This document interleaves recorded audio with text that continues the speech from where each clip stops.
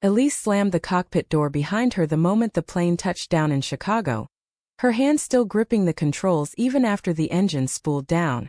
Mark's text had arrived mid-flight, the words burning through her phone screen like jet fuel. "I can't do this anymore. I've been seeing Rachel for 6 months. We're done." The betrayal hit harder than any turbulence she had ever flown through. Because Rachel wasn't just some stranger. She was Elise's own cousin, the one who had toasted their engagement at Christmas dinner last year. By the time ground crew opened the door, Elise's world had already cracked wide open, and the only person who noticed the tremor in her usually steady voice was the flight attendant who had served her crew coffee for the last 3 years, Nevaeh. Nevaeh didn't ask questions right away. She simply handed Elise a fresh bottle of water in the crew lounge, her dark eyes steady and kind in a way that felt dangerously safe after months of Mark's half-truths. "Rough landing?" she asked, voice soft enough that only Elise could hear. Elise laughed once, bitter and short. Then the laugh broke into something closer to a sob. "You have no idea." That was the first crack. Over the next 2 weeks, as Elise canceled wedding deposits and dodged calls from her conservative parents in suburban Ohio, Nevaeh became the only constant. They flew the same routes, New York to Chicago, Chicago to Denver, trading quiet conversations in hotel bars and empty galleys. Nevaeh listened without judgment when Elise admitted she had suspected Mark's distance for months, but stayed because her family kept reminding her that a pilot needed a stable life and a husband who understood the crazy schedule. Nevaeh never pushed, never pitted. She simply shared her own story in pieces, how her strict Baptist family back in Atlanta had stopped speaking to her the day she came out at 21, how she had rebuilt everything alone in the skies. The turning point came in Denver after a delayed overnight. Elise's phone lit up with a photo Mark had posted. Him and Rachel at the lake house Elise had paid for, his arm around her waist, caption reading "New Beginnings." The rage that surged through Elise felt electric. She paced the hotel room until Nevaeh knocked softly. "You don't have to carry this alone," Nevaeh said, stepping inside without waiting for an invitation. They talked until sunrise about loyalty, about the weight of expectations, about the fear that loving a woman would end Elise's career in an industry still whispering about image. When Nevaeh finally reached out and brushed a tear from Elise's cheek, the touch lingered a second too long. Neither of them pulled away. That was the moment the main conflict ignited. Elise's heart, long trained to follow the safe route, suddenly wanted something that could cost her everything: family approval, professional respect, and the future she had been promised since flight school. By the time they returned to base in Dallas, the secret had already begun to form.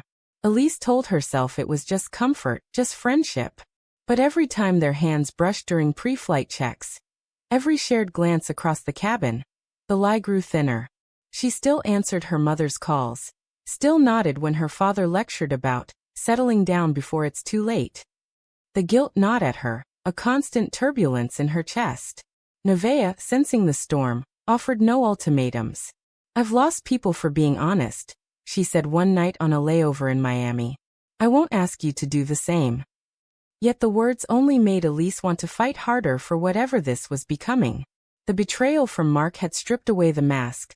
Now she had to decide whether the woman who made her feel seen for the first time was worth risking the life she had built on autopilot.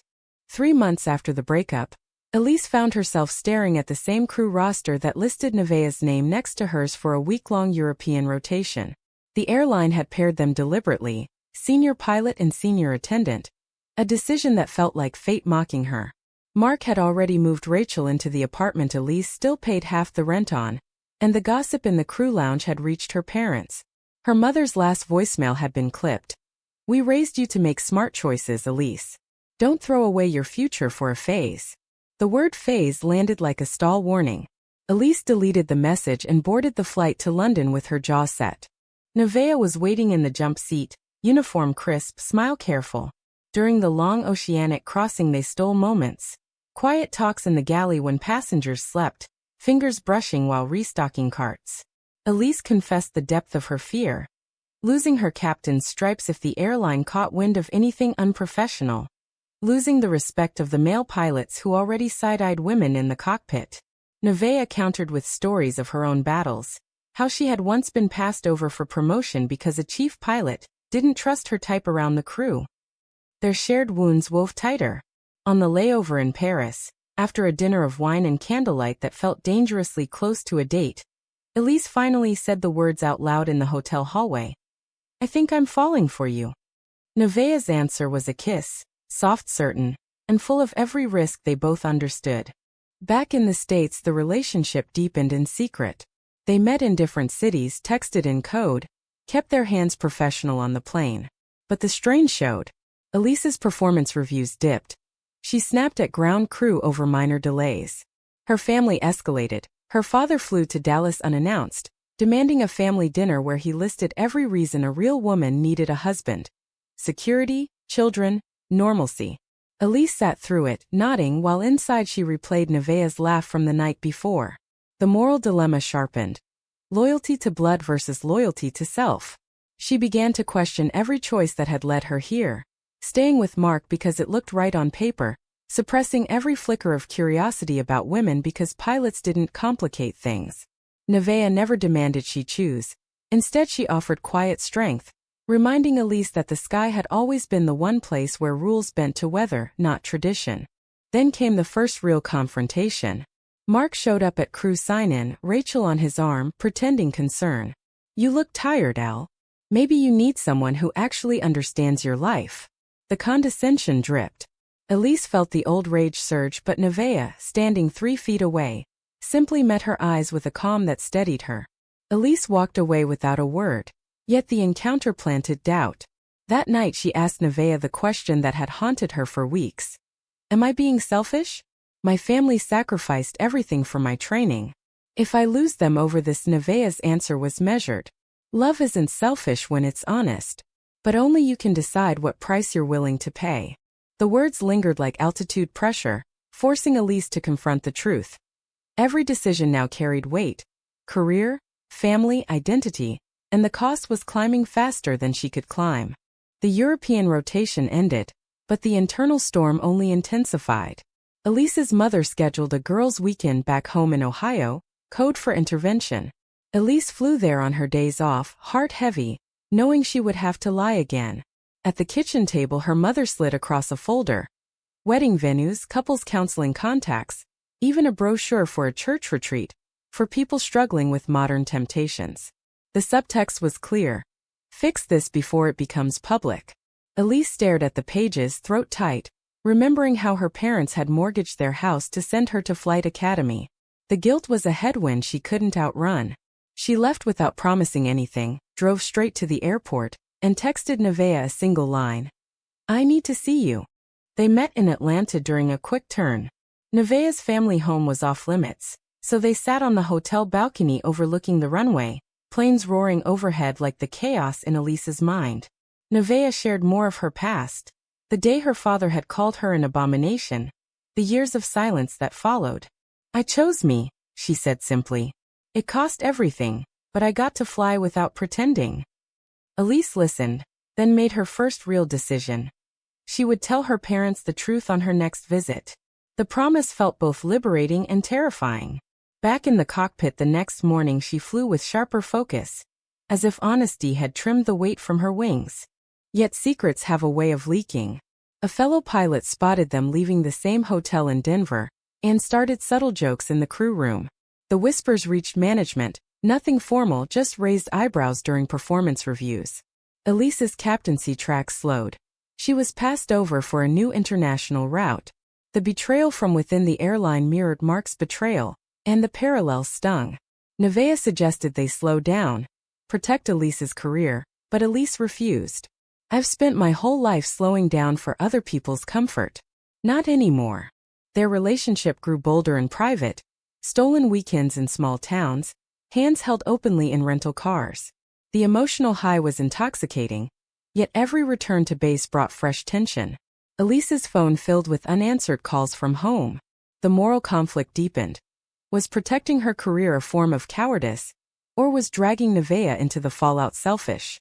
The breaking point arrived during a layover in San Francisco. Mark texted a photo of himself proposing to Rachel, on the same beach where he and Elise had once planned their own future. The caption, "She said yes. Hope you're happy." Rage and grief collided. Elise called Nevaeh at 2 a.m., voice shaking. "I'm done hiding." Nevaeh arrived within the hour, and in that small hotel room they made a pact. No more secrets from the world that mattered. The decision set the story on an irreversible climb. Public honesty versus everything Elise had been taught to value. The price tag was already visible in the missed promotions, the strained family ties, the judgmental glances from colleagues. Yet for the first time Elise felt the controls firmly in her own hands. The public reveal was not a gentle announcement. It was a collision. Elise chose the airline's annual safety banquet in Dallas. Hundreds of pilots, attendants, executives, and press, because she refused to whisper her truth anymore. She wore her dress uniform, Nevaeh beside her in hers, and when the MC asked for any personal stories of crew support, Elise stepped to the microphone. 3 months ago my fiancé left me for my cousin. What he didn't know, what I barely admitted to myself, was that the person who truly saved me is standing right here. She reached for Nevaeh's hand, lifted it, and said clearly, "Nevaeh is my partner. I'm in love with her." The room froze. Cameras flashed. Phones rose. In seconds the news ricocheted across industry groups and social media. The backlash was immediate and brutal. Management called an emergency meeting the next morning. Elise was placed on administrative leave pending review of professional conduct. Her father left a voicemail that ended in tears. "You've embarrassed us in front of everyone we know." Her mother stopped answering calls altogether. Colleagues who had once joked with her now crossed the lounge to avoid her. The prejudice she had feared materialized in ugly comments online, questions about cockpit safety, jokes about lesbian drama at 35,000 feet. Yet through it all Nevaeh stood steady, moving into Elise's apartment the same week, turning the space into something that finally felt like home. Mark's reaction came via a frantic late-night call. "What the hell, Elise? You're gay now? After everything we built?" His voice cracked with something closer to panic than anger. He had seen the viral clip, watched the comments flood in, and suddenly realized the woman he had discarded had become a symbol, strong, unapologetic, and completely out of his reach. "I made a mistake," he pleaded. "Rachel was a rebound. We can fix this." Elise listened, then answered with a calm that surprised even her. "You didn't lose me because I'm gay, Mark. You lost me because you never really saw me." She hung up feeling lighter than she had in years. The confrontation stripped away the last illusion that her old life could be salvaged. Nevaeh, however, carried her own scars from the spotlight. Old high school friends resurfaced with hateful messages. Her estranged parents sent a single text, "We always knew." The shared pain forged them closer, yet it also tested them. One night Elise found Nevaeh crying in the bathroom, whispering, "I never wanted to be the reason you lose everything." Elise pulled her close and made another choice. "You're not the reason. You're the reason I finally have something real to fight for." The moment crystallized the theme. Love as both weapon and wound. Sacrifice as the only currency that mattered. Administrative leave stretched into weeks. Elise spent the days rewriting her resume and practicing speeches for the inevitable hearing. Nevaeh flew her usual routes alone, returning each night with stories of crew members who secretly supported them. Small notes in lockers, quiet thumbs up in the galley. The industry was changing, but change moved at jet speed only when convenient. Elise's lawyer warned her. The airline could terminate for image concerns, without admitting discrimination. The moral tightrope narrowed: fight the system and risk everything, or walk away and lose the career that defined her. Her family's silence broke with a registered letter. Her father had changed the beneficiary on the small trust fund they had set aside for her future family. The message was clear: love the way we want or lose the safety net. Elise sat on the apartment floor reading it, Nevaeh's hand on her shoulder, and felt the last tether to her old identity snap. She called her mother one final time. "I'm not coming home for Christmas. Not until you can accept both of us." The line went dead. The grief was raw, yet beneath it burned a fierce clarity. She had traded approval for authenticity, and the trade, however painful, felt honest. Mark's regret escalated. He showed up at her apartment unannounced, flowers in hand, Rachel nowhere in sight. "I can't stop thinking about what I threw away," he said, voice hoarse. "Seeing you with her, it made me realize how much I never fought for us." Elise stood in the doorway, Nevaeh visible behind her, and delivered the final blow. You never fought because you never loved the real me. She does. She closed the door on his stunned face, the sound echoing like a cabin door sealing at altitude. The ex's humiliation was complete. He had lost not only the woman but the narrative he had built about being the victim. Inside the apartment, Nevaeh and Elise faced their own crossroads. The airline offered a quiet resignation package with a non-disclosure clause. Accepting meant financial security but permanent silence. Refusing meant a lawsuit that could drag on for years. They stayed up until dawn, weighing every angle: career dreams versus personal freedom, stability versus integrity. In the end, Elise chose the fight. I spent too many years flying the route they plotted, she told Nevaeh. This time I'm choosing my own heading. The decision locked in the rising climax. Public battle, family estrangement, and a love now tested by every external force. The hearing room smelled of polished wood and anxiety. Elise sat across from three executives, Nevaeh in the spectator row, hand resting on the railing as if she could reach across the distance. Elise presented her case calmly. Performance records, safety statistics, testimonials from captains who had flown with her for years. She refused to apologize for loving Nevaeh. My personal life never compromised a single flight, she stated. If the airline values image over integrity, then I don't belong here anyway. The room was silent except for the scratching of pins. When the verdict came, reinstated with a formal warning but no promotion track, the victory tasted bittersweet. She had kept her wings, yet the invisible ceiling had lowered. Outside, cameras waited. Elise took Nevaeh's hand publicly for the first time since the banquet, and they walked through the flashbulbs together. Social media exploded again. This time with support from younger crew members, and even a few executives who had stayed silent before. Her mother sent a single text the next day. "We're praying for you." It wasn't acceptance, but it was contact. The family wound remained open, yet it no longer bled as freely. Mark's final attempt arrived via certified letter. Apology, offers of money, a plea to meet. Elise read it once, then shredded it over the kitchen trash. He still thinks he can buy back what he broke, she told Nevaeh. But some things aren't for sale. Nevaeh smiled, the kind of smile that had first steadied Elise's world. And some things are worth every cost. They stood together at the window watching planes lift off into the Texas sky, symbols of journeys that began with risk and ended in destinations unknown. 6 months later, Elise commanded her first flight since reinstatement. Nevaeh in the cabin. The roster felt different, lighter, truer. The inner conflicts had not vanished. Family holidays still carried tension, industry whispers still lingered, and the moral questions remained. Had she sacrificed too much? Was the price of authenticity worth the isolation? Yet every time she glanced back at Nevaeh moving through the aisle with quiet grace, the answer felt steadier. Love had demanded everything, and in return it had given her the one thing Mark's betrayal never could, herself. Was Elise right to burn every bridge for a love that society still questions, or did the wreckage prove some choices are simply too expensive to justify?